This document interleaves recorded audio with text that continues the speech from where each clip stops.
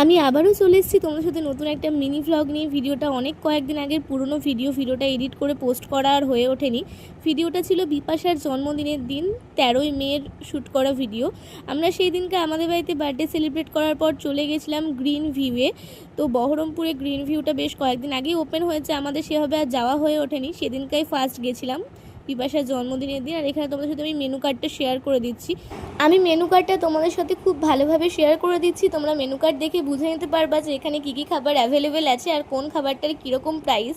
আমরা hotel green ভিউয়ের যে ভিতরের এসি সিটিং এরিয়াটা ছিল, আমরা ফার্স্টে ওখানেই বসেছিলাম, কিন্তু সেদিনকার বাইরের ওয়েদারটা এত ভালো ছিল তোমাদেরকে ভাষায় প্রকাশ করার মতো না।